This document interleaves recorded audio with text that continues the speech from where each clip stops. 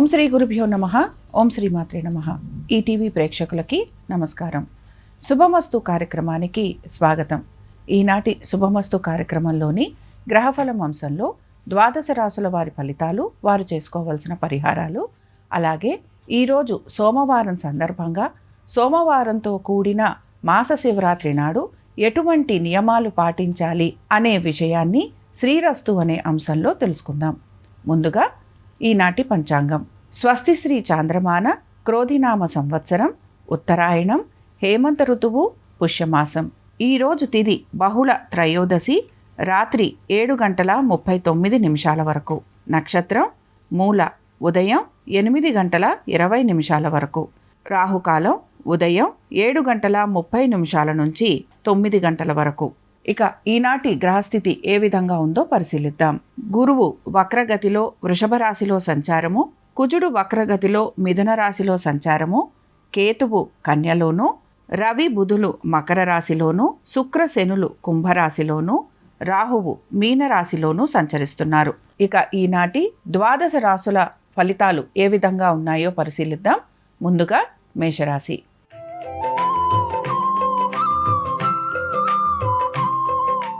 మేషరాశి వారి ఫలితాలను గనక పరిశీలించినట్లయితే మేషరాశి వారికి ఈరోజు ఆధ్యాత్మికపరమైన ఆలోచనలు అధికంగా ఉంటాయి. ముఖ్యంగా ఆలయ దర్శనాల వైపు ఆసక్తి అనేది చూపిస్తూ ఉంటారు. కుటుంబానికి సంబంధించి లేదా మీ బంధుమిత్రులకి సంబంధించి వారి యొక్క ఆలోచన కూడా కొంతవరకు చేసేందుకు అవకాశాలు ఎక్కువగా ఉన్నాయి.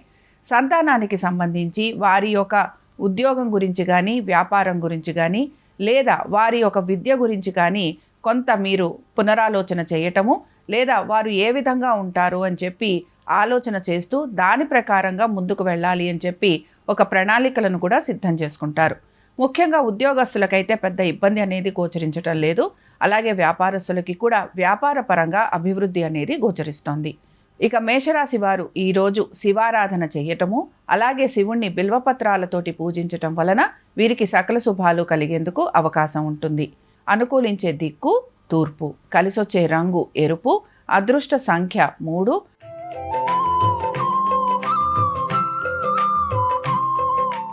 వృషభ రాశి వారికి ఆర్థికపరమైన ఆలోచనలు అధిక శాతం ఉండబోతున్నాయి. ముఖ్యంగా వారు చేసే ప్రతి పని గురించి కూడా ఏ విధంగా ఉండబోతోంది, ఈ పని మాకు సక్రమంగా ఉంటుందా లేదా, ఇలాంటి ఆలోచన ఎక్కువగా చేస్తారు. కుటుంబానికి సంబంధించి కుటుంబ బాధ్యతల గురించి కొంత ఆలోచన చేసే అవకాశాలు కూడా లేకపోలేదు. ముఖ్యంగా మీ సంతానం గురించి, వారి వివాహం గురించి, లేదా వారి ఉద్యోగం గురించి ఆలోచనలు అధికంగా చేసే అవకాశాలు ఎక్కువగా గోచరిస్తున్నాయి. వ్యాపారం చేస్తున్న వారికి వ్యాపారంలో అభివృద్ధి అనేది ఉన్నా కూడా ఆర్థికపరమైన ఇబ్బందులు మాత్రం కొంతవరకు ఉండే అవకాశాలు కనపడుతున్నాయి. ఉద్యోగస్తులు ఎవరైతే ఉన్నారో ఉద్యోగస్తులకి అనేక విషయాలలో మార్పులతో పాటు వారికి ఆర్థికంగా కొంత చికాకు అనేది ఉన్నా ఆ ఇబ్బంది నుంచి బయటికి వచ్చే ప్రయత్నం మాత్రం ఖచ్చితంగా చేస్తారు. ఇంకా వృషభ రాశి వారు ఈరోజు ఆంజనేయ స్వామి వారి దర్శనం చేసుకోవటము, అలాగే స్వామివారికి కనుక వాళ్ళ పూజ జరిపిస్తే ఆర్థికపరమైన విషయాలలో వీరికి ఇబ్బందులు తొలగి చాలా విషయాలలో వీరికి అనుకూలత అనేది కూడా కనపడుతుంది. అనుకూలించే దిక్కు దక్షిణం, కలిసొచ్చే రంగు ఆకుపచ్చ, అదృష్ట సంఖ్య 2.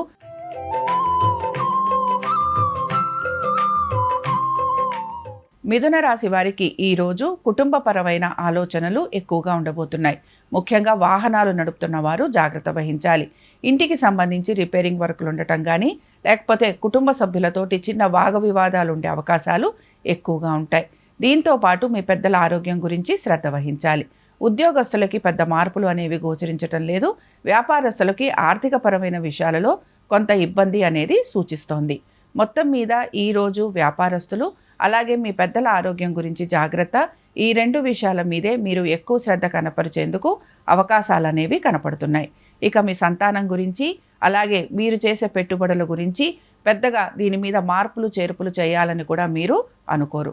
మిథున రాశి వారు ఈరోజు శివారాధన చేయటంతో పాటు శివాలయానికి వెళ్ళి స్వామివారి ముందర దీపారాధన చేయటం వలన వీరికి ఇబ్బందులు ఏవైతే ఎదురవుతున్నాయో అవి తొలగిపోయేందుకు అవకాశాలుంటాయి. అనుకూలించే దిక్కు దక్షిణం, కలిసొచ్చే రంగు నలుపు, అదృష్ట సంఖ్య 5.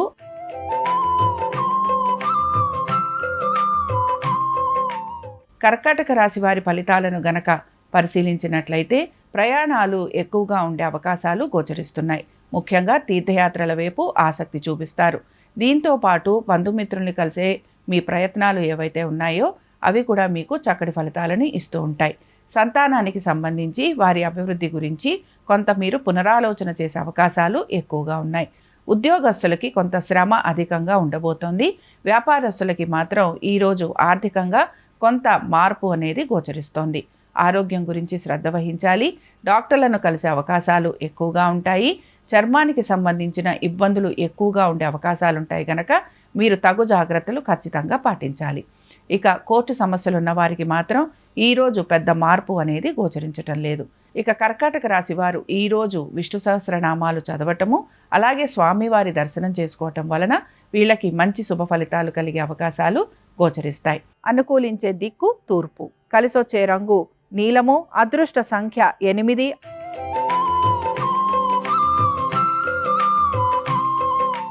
సింహరాశి వారి ఫలితాలను గనక పరిశీలించినట్లయితే సింహరాశి వారికి ఆర్థికపరమైన ఇబ్బందులు కొంతవరకు ఉండే అవకాశాలు ఎక్కువగా గోచరిస్తున్నాయి.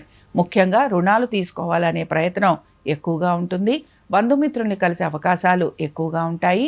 దీంతో పాటు మీ స్నేహితుల గురించి లేకపోతే వారి యొక్క బాగోగుల గురించి కొంత ఆలోచన చేయటం, లేకపోతే వారిని కలిసే ప్రయత్నం ఎక్కువగా చేస్తుంటారు. దీంతో పాటు ఎవరితోటి మాట్లాడకుండా ఉండాలని కూడా కొంత ప్రయత్నం అనేది కొనసాగుతూ ఉంటుంది. ముఖ్యంగా నలుగురితో ఉన్నా కూడా వారి మధ్యనే ఉంటూ ఏకాకిగా ఉండే ప్రయత్నం ఎక్కువగా కనపడుతూ ఉంటుంది. ఇక ఉద్యోగస్తులు ఎవరైతే ఉన్నారో ఉద్యోగస్తులకి అనుకూలంగా ఉంది. ఆర్థికంగా రుణ బాధలు ఎక్కువగా ఉంటాయి. కానీ వ్యాపారస్తులకి ఈరోజు కొంతవరకు ఆర్థికంగా అనుకూలమైన స్థితిగతులే గోచరిస్తున్నాయి. ఇక పెట్టుబడులు పెడుతున్న వారికి పెద్ద మార్పులు అనేవి గోచరించటం లేదు. అలాగే కోర్టు సమస్యలు ఉన్న వారికి మాత్రం ఈరోజు కొంతవరకు అనుకూలంగా ఉంటుందని మనం చెప్పుకోవచ్చు. ఇక సింహరాశి వారు ఈరోజు లక్ష్మీ నరసింహ కరావలంబం చదవడము, అలాగే వినటము, దీంతో పాటుగా స్వామివారి దర్శనం కూడా చేసుకుంటే అనేక విషయాలలో మంచి మార్పులు అనేవి మీకు గోచరిస్తాయి. అనుకూలించే దిక్కు తూర్పు. కలిసొచ్చే రంగు ఎరుపు. అదృష్ట సంఖ్య 5.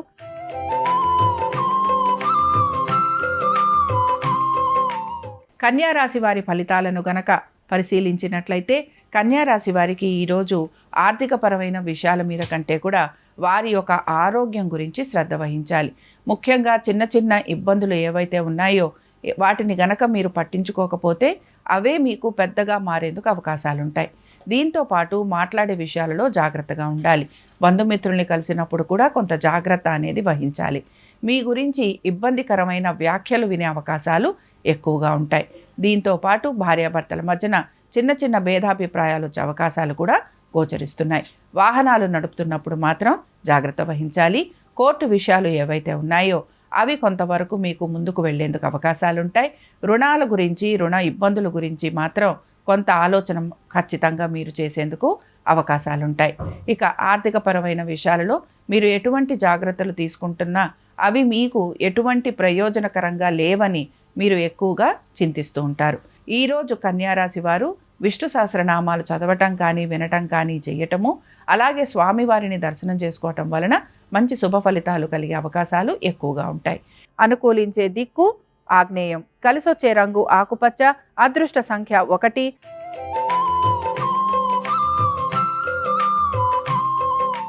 తులారాశి వారి ఫలితాలను గనక పరిశీలించినట్లయితే తులారాశి వారికి ఈరోజు ఆర్థికపరమైన విషయాల గురించి కొంత ఆలోచన అనేది సూచిస్తోంది. దీంతో పాటు మీ సంతానం గురించి, వారి అభివృద్ధి గురించి కొంత ఆలోచన కూడా మీరు చేస్తూ ఉంటారు. ఉద్యోగస్తులకి చాలా వరకు అనుకూలంగా ఉంది. వ్యాపారస్తులకి మాత్రం రుణ బాధలు, రుణ ఒత్తిళ్లు ఉండే అవకాశం ఉంది. అలాగే కోర్టు విషయాలు ఏవైతే ఉన్నాయో అవి ముందుకు వెళ్ళే అవకాశాలు ఎక్కువగా ఉంటాయి. తులారాశి వారికి కూడా తీర్థయాత్రలు చేసే అవకాశాలు ఎక్కువగా గోచరిస్తున్నాయి. ముఖ్యంగా మీరు దాన ధర్మాలు చేసేందుకు ఆసక్తి అనేది చూపిస్తూ ఉంటారు. దీంతో పాటు మీ ఆరోగ్యం గురించి శ్రద్ధ వహించాలి. ఇతరులతోటి సంభాషించేటప్పుడు జాగ్రత్త వహించాలి. మనసులో ఉన్న ఆలోచనల గురించి లేదా మీరు వాటి గురించి ఎవరికైనా గనక చెప్తూ ఉంటే అవి ఎంతవరకు సమంజసంగా ఉంటాయి అని కూడా పునరాలోచన చేసుకొని ఆ తర్వాత మాత్రమే వాటి గురించి మీరు మాట్లాడాలి. ఇక ఆర్థికపరమైన విషయాల్లో కొంత ఒడిదుడుకులు ఉన్నా కూడా ఈరోజు పెద్దగా ఈ విషయాల మీద మీరు శ్రద్ధ మాత్రం పెట్టరు. ఇక తులారాశి వారు ఈరోజు సంకటనాశన గణేష స్తోత్రం చదవటం కానీ వినటం కానీ చేయటము, అలాగే ఆ స్వామివారి దర్శనం చేసుకోవటం వలన మంచి ఫలితాలు అనేవి వీరికి కనపడుతూ ఉంటాయి. అనుకూలించే దిక్కు దక్షిణం. కలిసొచ్చే రంగు నలుపు. అదృష్ట సంఖ్య 8.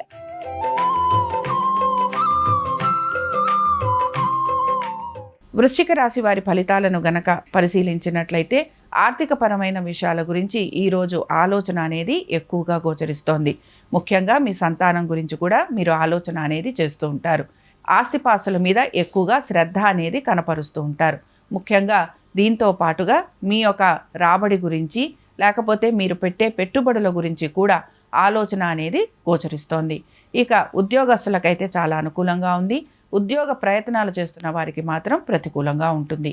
ఇక వ్యాపారస్తులు కనుక మనం పరిశీలించినట్లయితే వ్యాపారస్తులకి అనేక విషయాలలో మంచి శుభ ఫలితాలు అనేవి గోచరిస్తున్నాయి. ముఖ్యంగా ఆర్థికంగా అనుకూలత, ఆరోగ్యానికి సంబంధించి చాలా వరకు సానుకూలంగా ఉండబోతోంది. అలాగే మీరు గనక ఈ రాశి వారికి గనక కోర్టు విషయాలు ఏవైనా ఉంటే అవి కూడా మంచి సానుకూలంగా ముందుకు వెళ్లేందుకు అవకాశాలు గోచరిస్తున్నాయి. ఇక వృశ్చిక రాశి వారు ఈరోజు వెంకటేశ్వర స్వామి వారి వజ్ర కవచం చదవటం వలన అనేక ఇబ్బందుల నుంచి బయటకు వచ్చేందుకు అవకాశం ఉంటుంది. అనుకూలించే దిక్కు దక్షిణం.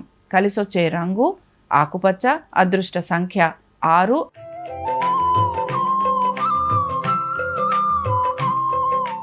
ధనురాశి వారి ఫలితాలను గనక పరిశీలించినట్లయితే ధనురాశి వారి ఆలోచన అంతా కూడా ఈరోజు వారి వృత్తి గురించి లేదా వారి ఉద్యోగం గురించి ఎక్కువగా ఆలోచన అనేది కనపడుతూ ఉంటుంది. ముఖ్యంగా ఉద్యోగస్తులకి కొంతవరకు వారి ఉద్యోగంలో ప్రతికూలమైన విషయాలు ఉండే అవకాశాలు ఎక్కువగా గోచరిస్తున్నాయి. దీంతో పాటుగా వీరి కుటుంబ సభ్యులతోటి కూడా కొంత వాదోపవాదాలు ఉండే అవకాశాలు ఎక్కువగా ఉంటాయి. ఇక వీరికి ఆర్థికపరమైన విషయాలలో ఎటువంటి ఇబ్బంది కానరావటం లేదు. అలాగే వీరి యొక్క సంతానానికి చాలా వరకు అనుకూలంగా ఉంది. వ్యాపారస్తులకి కూడా వారి వ్యాపార పరంగా అభివృద్ధి అనేది గోచరిస్తోంది. కోర్టు విషయాలు ఏవైతే ఉన్నాయో అవి వీరికి కొంతవరకు సానుకూలంగా ఉండే అవకాశాలు ఉన్నాయి. పెట్టుబడులు పెడుతున్న వారికి ఈరోజు ఆర్థికంగా మంచి అవకాశాలు అనేవి గోచరిస్తాయి. ఈరోజు మొత్తం మీద ధనురాశి వారికి వారి కుటుంబ సభ్యులతోటి, అలాగే వారి యొక్క పనుల మీద ఎక్కువగా ఆసక్తి అనేది గోచరిస్తోంది. ఇక ధనురాశి వారు ఈరోజు సుబ్రహ్మణ్య కరావలంబం చదవటం కానీ వినటం కానీ చేయటము, అలాగే స్వామివారి దర్శనం చేసుకోవటం వలన మంచి ఫలితాలుండే అవకాశాలు ఎక్కువగా ఉంటాయి. అనుకూలించే దిక్కు వాయువ్యం. కలిసొచ్చే రంగు నలుపు. అదృష్ట సంఖ్య 8.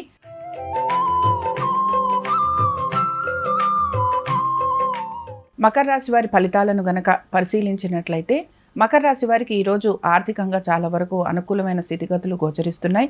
ముఖ్యంగా వీరికి కూడా ప్రయాణాలు లాంటివి ఉండే అవకాశాలు ఎక్కువగా ఉంటాయి. తీర్థయాత్రలకు వెళ్ళటం కానీ, లేకపోతే పూజాది కార్యక్రమాలు చేసుకునే ప్రయత్నాలు ఎక్కువగా చేస్తూ ఉంటారు. ఉద్యోగస్తులకి చాలా వరకు అనుకూలంగా ఉంది. వ్యాపారస్తులకి కూడా ఆర్థికంగా అనుకూలమైన స్థితిగతులే గోచరిస్తున్నాయి. ముఖ్యంగా మీ సంతానానికి వారి యొక్క ప్రతి పనిలోనూ కూడా మంచి అభివృద్ధి అనేది కనపడుతోంది. మొత్తం మీద ఈరోజు మకర రాశి వారికి చాలా వరకు అనుకున్న ప్రతి పనిలోనూ కూడా సానుకూలత అనేది గోచరిస్తోంది. మకర రాశి వారు ఈరోజు మాస శివరాత్రి సందర్భంగా శివారాధన చేయటం వలన వీరికి శుభ ఫలితాలు కలిగే అవకాశాలు ఎక్కువగా ఉంటాయి. అనుకూలించే దిక్కు దక్షిణం. కలిసొచ్చే రంగు నలుపు. అదృష్ట సంఖ్య 5.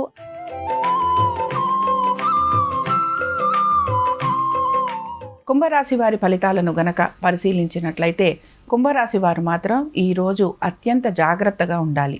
ముఖ్యంగా వీరి ఆరోగ్యం గురించి, కోర్టు విషయాల గురించి, ఆర్థికపరమైన విషయాల మీద ఎక్కువగా శ్రద్ధ పెట్టే అవకాశాలు గోచరిస్తున్నాయి. అలాగే మీ సంతానం గురించి, వారి అభివృద్ధి గురించి, వారి ఆరోగ్యం గురించి కూడా తగు జాగ్రత్తలు ఖచ్చితంగా పాటించాలి. దీంతో పాటుగా ఉద్యోగస్తులకి కొంత శ్రమ అధికంగా ఉండబోతోంది. అలాగే మీరు ఎవరికైనా సరే ఆర్థికపరమైన విషయాలలో పూచీగా గనక ఉంటే ఆ విషయాలు మీకు ఎక్కువగా ఇబ్బందికి గురి చేస్తూ ఉంటాయి.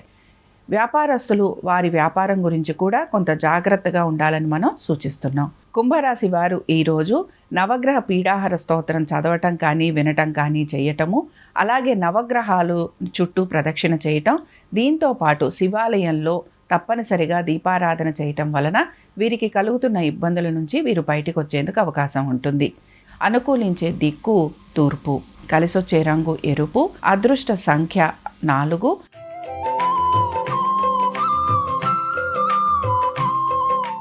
మీనరాశి వారి ఫలితాలను గనక పరిశీలించినట్లయితే మీనరాశి వారు ముఖ్యంగా వ్యాపారస్తులు ఎక్కువగా ఇబ్బంది పడే అవకాశాలు గోచరిస్తున్నాయి. వీరికి ఆర్థికపరమైన విషయాలలో ఒత్తిళ్లు ఉండే అవకాశాలు ఎక్కువగా ఉంటాయి. దీంతో పాటుగా వీరి ఆరోగ్యం గురించి కూడా జాగ్రత్త వహించాలి. ఉద్యోగస్తులకి పెద్దగా మార్పులు అనేవి గోచరించటం లేదు. ఆర్థిక పరంగా ఉద్యోగస్తులకి కొంతవరకు సానుకూలంగా ఉంటుందనే చెప్పుకుంటున్నాం. ఎవరైతే పెట్టుబడులు పెడుతున్నారో వారు మాత్రం జాగ్రత్త వహించాలి. శత్రువుల వలన ఇబ్బందులు ఎదుర్కొనే అవకాశాలు ఎక్కువగా గోచరిస్తున్నాయి. సంతానానికి ఈరోజు అనుకూలంగా ఉంటుంది. ప్రయాణాలు చేసే అవకాశాలు ఎక్కువగా ఉంటాయి.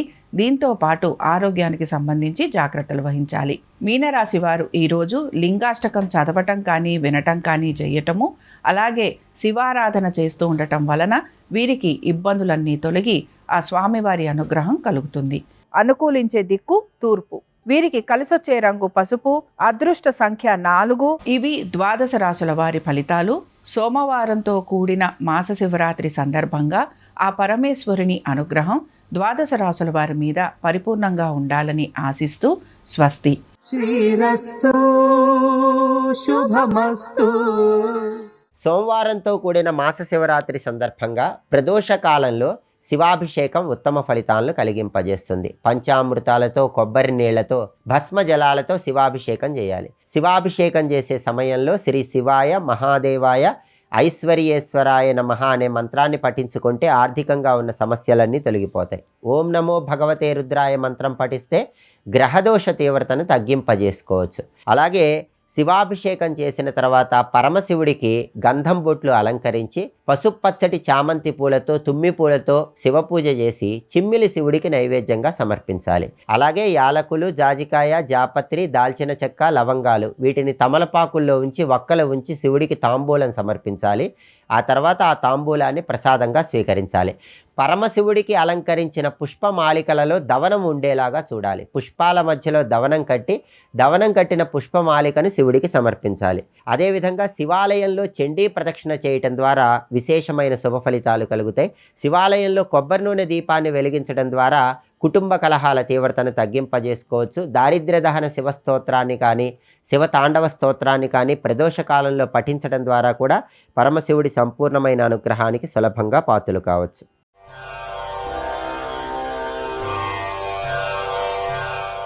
కృష్ణం వందే జగద్గురుం, కృష్ణం వందే జగద్గురుం.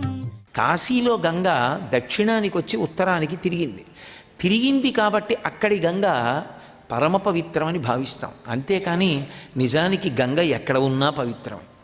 కానీ కాశీగంగ అనడానికి కారణం ఏమిటి అంటే కాశీలో ఉన్న గంగ ఉత్తరానికి తిరిగింది కాబట్టి. అలా యమునా నది దగ్గరికి వచ్చేటప్పటికి అది నల్లగా ఉంటుంది. నల్లని నీటితో ఉండి అది వెనక్కి తిరగకుండా ప్రవహిస్తుంది. అందుకే అది కాలమునకు సంకేతం. ఏది కాలమునకు సంకేతమో అది కాలమునకు ఆధారమైన వాడికి బిడ్డగా రావాలి. అందుకే యమున, యముడు వీళ్ళిద్దరూ సూర్యుని యొక్క బిడ్డలు. సూర్యుడు ఒకరి కొరకు ఆగేవాడు కాదు. ప్రత్యాయాంతి గతాః పునర్న దివసాః కాలో జగద్భక్షకః లక్ష్మీస్తోయతరంగభంగచపలా విద్యుచ్చలం జీవితం తస్మాన్మాం శరణాగతిం కరుణయా త్వం రక్షాధునా అంటారు శంకర భగవత్పాదులు. ఆ కాలము యొక్క విలువని గుర్తిరిగి ఆ కాలమునందు చెయ్యవలసిన పనిని ఎవడు చేస్తున్నాడో వాడు ధన్యుడు. అసలు ఆ కాలము యొక్క విలువ తెలిసి ఉండాలి. ఇవాళ నిజంగా చెప్పాలి అంటే కాలము యొక్క విలువ తెలియకపోవడానికే జాడ్యము అని పేరు. అజాడ్యం వాక్పటుత్వంచ అన్న మాట అందుకే వచ్చింది. జాడ్యమునకు సగం కారణం ఎక్కడుంటుంది అంటే కాలము యొక్క విలువ తెలియకపోవడం. సూర్యోదయం అయిపోతోంది, నిద్ర లేవడు. ప్రదోషవేళ అవుతోంది, సంధ్యావందనం చేయడు. ఎప్పుడు స్నానం చేయాలో అప్పుడు చేయడు, ఎప్పుడు తినాలో అప్పుడు తినడు. ఏ కాలమునందు చెయ్యవలసిన పని ఆ కాలమునందు చెయ్యకుండా ఒక కాలమునందు చెయ్యవలసినది వేరొక కాలమునందు చెయ్యడమే విపత్కర పరిణామములకు కారణమవుతుంది.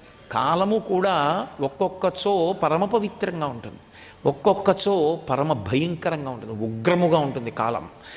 అది రెండు తలల పాముల ఒకేసారి రెండు గుణములతో ప్రకాశిస్తుంటుంది. ప్రత్యేకించి ప్రదోషవేళ కాలం అంతటిలోనూ కూడా దిన విభాగమునందు అత్యంత శక్తివంతమైన కాలం ఏది అంటే సాయం సంధ్య. సాయం సంధ్యావేళ అంత శక్తివంతం. అందుకే సంప్రదాయజ్ఞులైన పెద్దలు ఒక మాట చెప్తారు, గాయత్రీ మంత్రం చేయకపోయినా కొంత మినహాయింపు ఉంటుంది, కానీ ప్రదోష వేళలో సంధ్యావందనం చేయకుండా ఉండకూడదు. యజ్ఞోపవీతం ఉండి సంధ్యావందనం చేసేటటువంటి అధికారం ఉన్నవాడు అసలు అది చెయ్యకుండా ఏ పని చేయడానికి వీల్లేదు. అర్ఘ్యప్రదానం చేయవలసింది, అర్ఘ్యం ఇచ్చే వెళ్ళాలి ఎక్కడికి వెళ్ళినా. అంతే, ఒకవేళ అలా ఇవ్వకుండా విడితే, అలా ఇచ్చే అలవాటు ఉన్నవాడికి చెప్పుకోవాలి, నేను వచ్చాక నాకు తీర్థం ఇమ్మని చెప్పి తీర్థం పుచ్చుకుని ఇతర పని చేసుకోవాలి తప్ప లేకపోతే చేయకూడదు. కాలమునందు చెయ్యవలసినటువంటి కర్తవ్యానికి అంత ప్రాధాన్యం ఇచ్చారు. యమున కాలస్వరూపం. సూర్యుడు ఆయన యొక్క గతి చేత, ఆయన యొక్క కదలిక చేత ఆయన కాలమును నిర్ణయం చేస్తాడు. అందుకే యమున ఆయన బిడ్డ కనుక కాలం. ఈ కాలమునందు ఏం చేస్తున్నారు అన్నదాన్ని అంతర్యామిగా ఉంటాడు యమధర్మరాజు. యమధర్మరాజు గారు పాశం వేయడం ఒక్కటే కాడు, ఆయన అంతర్యామి, లోపల ఉంటాడు. ఉండి ఆయన అన్నీ చిత్రంగా చూస్తాడు, గుప్తంగా రాసుకుంటాడు. అందుకే చిత్రగుప్తుడు. ఆయనని ఎదిరించి మీరు తప్పు లెక్క రాసుకున్నారనడానికి ఏమి ఉండదు. ఆయన అంతర్యామి, ఇక్కడే ఉండి చూస్తూ ఉంటాడు అన్నీ. కాబట్టి యమున కాలస్వరూపం కనుక వెళ్ళిపోతుంది, ఆగదు. ఎవరి కోసం ఆగదు, దేనికోసం ఆగదు. ఆ వెళ్ళిపోతున్నప్పుడు దాన్ని సద్వినియోగం చేసుకున్నవాడెవడో వాడు యమున దాటేస్తాడు. యమున దాటేయడం అంటే కాలమును దాటాడంటే ఇక పుట్టడం. అందుకే ఎవరు కృష్ణుణ్ణి తల మీద పెట్టుకున్నావాడో వాడు యమున దాటుతాడు. ఆ వసుదేవుడు యమున దాటాడు అంటే ఆయన తల మీద కానీ, తెలుగు భాగవతంలో అయితే గుళ్ళల మీద కానీ పెట్టుకున్నాడు. పెట్టుకుంటే యమున దాటాడు. అది లేనివాడు యమున దాటాడు అంటే కాలమును దాటాడు, కాలమునందు మళ్ళీ వస్తాడు అంటే మళ్ళీ పుట్టడం అనేటటువంటిది సంభవం అవుతూ ఉంటుంది. కాబట్టి ఇటువంటి యమున కాలస్వరూపమైతే ఆ కాలస్వరూపమునందు ఎప్పుడు ఎవరు పడిపోవాలో ఆ సమయానికి పడిపోయేటట్టుగా చేసేటటువంటి వాడు యమధర్మరాజు.